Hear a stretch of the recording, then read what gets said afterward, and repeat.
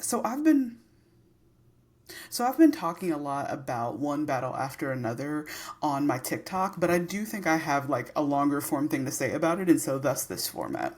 And so if you haven't seen the film, the premise is that Tiana Taylor is this like black revolutionary. It takes place in like the mid 2010s, I think. She's this black revolutionary like running around with Regina Hall, Wood Harris, and Leonardo DiCaprio, who is a bomber, and then they start a relationship. She gets pregnant. She is having some really difficult like sort of postpartum situation, and then they eventually get caught. She rats on everyone, goes into witness protection. Some more shit happens, right? Whatever.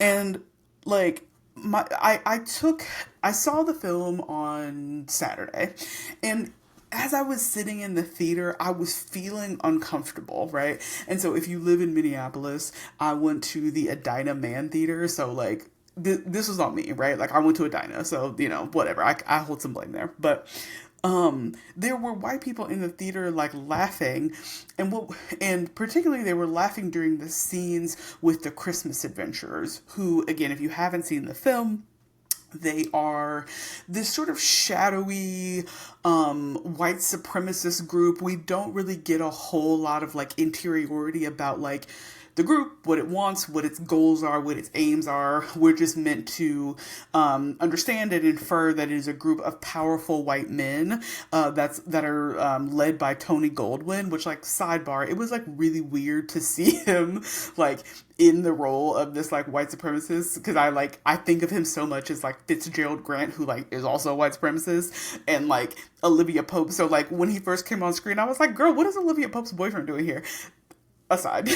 But like they're this shadowy like figure called the Christmas Adventurers, right? And they like use some of like the language of Christmas, but to like white supremacist aims, but it's not totally clear like what their goals are. And so like Sean Penn, who plays I like it's unclear what agency he works for, but it's meant to be like an ICE DHS sort of like group. He's like a cop there, whatever. The whole point is like the parts where I felt most uncomfortable with people laughing in the theater were like during the Christmas adventurer scenes, because they are the scenes are played for laughs, and they are played for laughs in that like they're like either they're greeting, or they're like when they are saying goodbye to each other, they say like all hail Saint Nick, like with the hand motion too, right? And so like it's meant to like be funny, and people are laughing during these scenes. And like as I'm sitting in the theater, when there's probably 3 to 4 of them like throughout the movie, like, and people are laughing, like I felt so uncomfortable, right? And of course the theater was full. It wasn't huge, but it was full, and of course I was the only black person that I could see in the theater. um and I posted about this on TikTok, and I think like some of the criticism was like, well, it's meant to be played for satire, right? And it's meant to be funny, and it is funny because racism is ridiculous, right? And it's meant to poke fun at racists because of how like silly they are, right? And I think that like I've really taken umbrage with that idea, because I think that in our society we've become, I think we love to treat people who are racist or who are bigoted in some way. We love to play them for a laugh, right? Like that's the entirety of what we've done with Donald Trump for the past decade, right? We've just like looked at him as like a dotty old man who's like racist and out of touch, and like we're just like, haha, who would ever think this? This is so ridiculous. And we love to point out the like inconsistency and the absurdity of it all, right? But I think that the problem when we do this is like I think we then like normalize a culture in which like we don't have to take white supremacy seriously, right? Like where like we think because these ideas feel so backwards to us that they're laughable, when like bitch, ain't shit funny, right? Like, these people are dead ass serious, both in the movie, in one battle and after another, and in real life, right? Like, so while you're sitting here laughing because you think that the racism and the bigotry and the hatred that they're expressing is funny and out of touch, they're over here rounding up undocumented folks, right? And apparently, from what I'm seeing and hearing from Chicago, rounding up black folks too, right? Like, so I think that, like, I mean, and there's a lot of critiques that I could have of this movie, like how it portrays black women. Like, I think actually Brooke, I want to take another aside here, because Brooke Obio, whose work I'm familiar with, but I'm like not sure why. Maybe I followed her on Twitter, but she wrote a Substack piece which is titled "One Fetish After Another: PTA Exploits Black Women and Averts Revolution." Sister, I couldn't have said it better myself, girly pop. And I think there's a couple points here I actually want to specifically call out because of how I think well she encapsulates some of my feelings about this film. She says, at maybe about a third of the way down through the piece, she says, "But Anderson isn't commenting on the white male damn, this word fucks me up. The white male fetishization of black women. He's directly participating in it. His camera leers at Taylor's body just as Lockjaw, which is Sean Penn's character, just as Lockjaw does, because the audience only sees her through the lens of the white men who fetishize her." And then toward the end of the article, she has another section that I really love because I think it really summarizes the film for me. She says, "Because Anderson isn't interested in revolution. He's not interested in vulnerable immigrants. Despite the many jokes about lusting for them, he's not interested in black women. He's only interested in the interiority of white men. Whoever complains about the lack of people of color in his films that sparked this story should have left him alone to write what he knows." And it's just that. And it's just like that, right? Because, like, right, and I think, like, those two quotes from her piece, which I would strongly suggest you read, it's fantastic, it's on her Substack, right, like, encapsulate this film, right, and it makes it so that the good liberal white folks who would have voted for Obama for a third time are going to be able to watch this movie and sort of say, well, God, those Christmas adventurers are just so bad and so laughable, and be able to feel better, like they can position themselves above them because they aren't that, right? Like, and I think that, like, we ought resist the urge to make these people feel absurd or even sort of ahistorical, I think, because that's the other thing that gets me about white people, about white folks sometimes, and like our culture at large. We love to act like racism and bigotry is ahistorical, when in fact it is the pillar, it is a core pillar upon which this country was built. Right, this country was built on the theft of land and the murder of Native people and the forced enslavement of Black people to build what this country is. So then when we act like racism is out of touch or ahistorical, it's like, well, no, girly pop, that's what it's always been, right? It's always been that. That's always who we've been. It has manifested, or it's manifested differently, right? It's shapeshifted, across like centuries and across time, but like it's fundamental to who America is, right? So we can't you can't laugh at a thing when it's who we are, right? And I think it also matters that Paul Thomas Anderson is white, right? Like, that matters, because I think about a film like Get Out, right, which I referenced like just a minute ago, like talking about, the white voters voting for a third time, and we are laughing at those white people, right? But like, because Jordan Peele is Black, right, and because this film is centered on the Black experience, right, we have a different perspective and a different understanding of that humor, right? It's a humor that's rooted in pain, whereas the humor that Paul Thomas Anderson portrays in One Battle at a Time, like, it feels like punching down, right? Like, whereas Jordan Peele felt in on the joke, right, because he is a target and a victim of white supremacy and racial violence, right? Paul Thomas Anderson doesn't feel the same way, right? And there were also other folks, like in my comments, who were comparing this film to Django Unchained, which weirdly I watched like last week or maybe the week before. Like I rewatched it like very, very recently, and I've seen it many, many times, but like just randomly happened to rewatch it. And Django, and I actually I don't see the comparison. One, like I don't think there's actually any comparison between those films. But two, I actually like as I went to watch it again, I was like, now okay, I'm not even gonna lie, Quentin Tarantino is my problematic fave. Django Unchained, bop. Both Kill Bill. Nigga, don't even get me started on Kill Bill. We'll be here all night. Kill Bills, both the Kill Bills, The Hateful Eight, which I also rewatched recently, which like the ending is kind of bad on that movie, but like overall still pretty solid. Pulp Fiction, of course.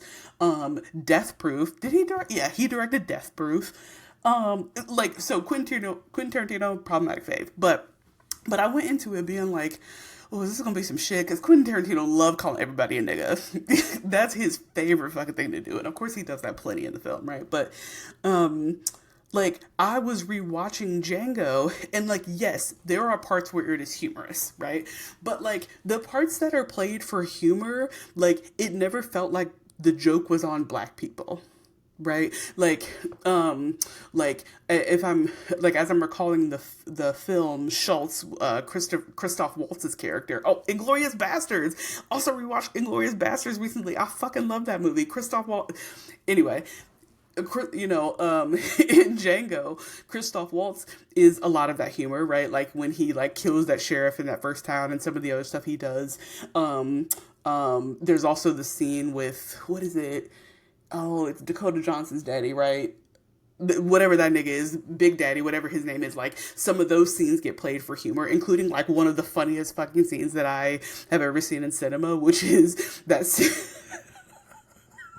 Which is that scene in Django Unchained where they're like putting on the KKK mask, but like the eye holes are fucked up, and then the one dude is like, "Well, my wife didn't." Like that scene, hilarious. That scene has always been very funny to me.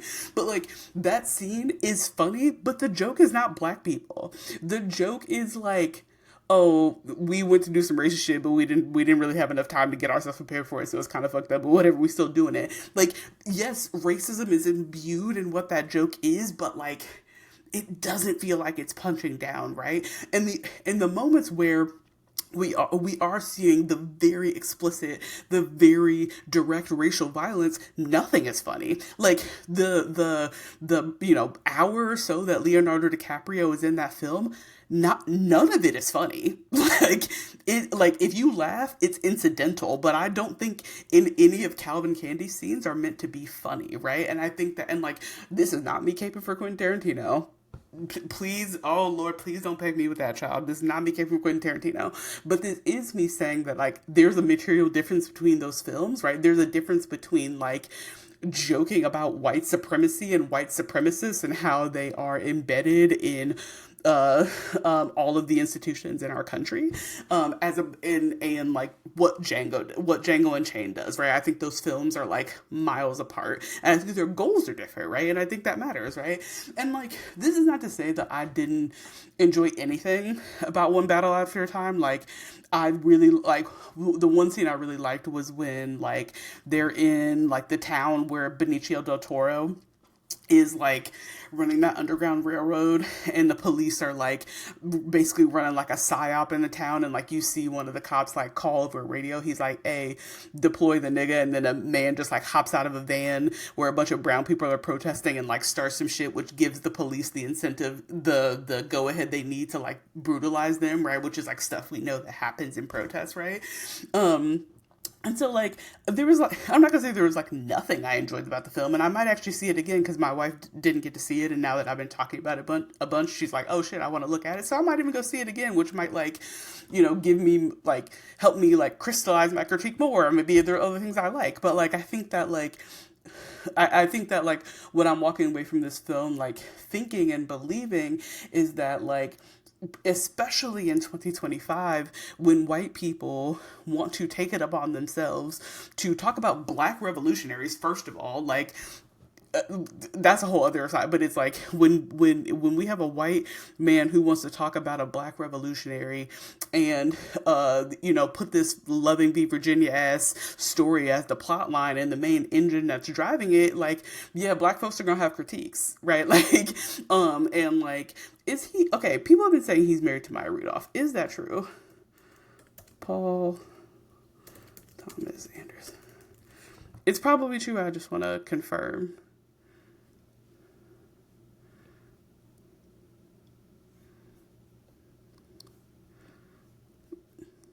Is married to Maya Rudolph, who, like, look, side note, I didn't know Maya Rudolph was black for a long time, and I could probably do a whole other essay about Maya Rudolph and being white presenting. That's a whole other conversation. That's a whole other conversation. But like, just because Paul Thomas Anderson is married to, in my opinion, a racially ambiguous black woman, like, that don't give him a license to, like, and he don't have black children. That's a whole. One day we'll have a conversation about Love and Be Virginia, and I think some like important. I think just there's an important, like, sociological conversation about the impact of Love and Be Virginia in 2025 that I'm not going to get into here. But the point that I'm making is, like, Paul Thomas Anderson is not above critique, and I've liked some of his films. Like, what did he direct? He directed that weird ass Licorice Pizza movie, which I watched, that I did not really like, but I watched it because I needed to, like, I was doing the Oscars and shit. Um, I've seen parts of all of his movies. Well, no, I've actually seen Boogie Nights. I've seen Boogie Nights several times, and I do like that movie. And I've seen, like, parts of Phantom Thread. I've seen a lot of There Will Be Blood, but bitch, that shit is long. Like, anybody, how long is that? Anybody got time for all that? 158 minutes, too goddamn long. Anyway, I like, see one battle after another, right? Like, I think it's a film that is worth, like, looking at and, like, discussing and talking about. Like, I think it is, like, a piece. I think, like, good art evokes, like, conversation, right? And, like, evokes discussion and evokes strong feelings, right? And I think that, like, Paul Thomas is, like, I think one battle after another succeeds in that. Where I think it fails, right, is in, like, normalizing the ways in which, like, we talk about white supremacy, the incorrect ways in which we talk about white supremacy, and I think it, like, gives the wrong type of white people, the kind of white people that frustrate me the most, right? I think it gives them, like, this feeling or this license that, like, they're in on it, right, or that, like, they have an understanding that, like, they probably actually don't.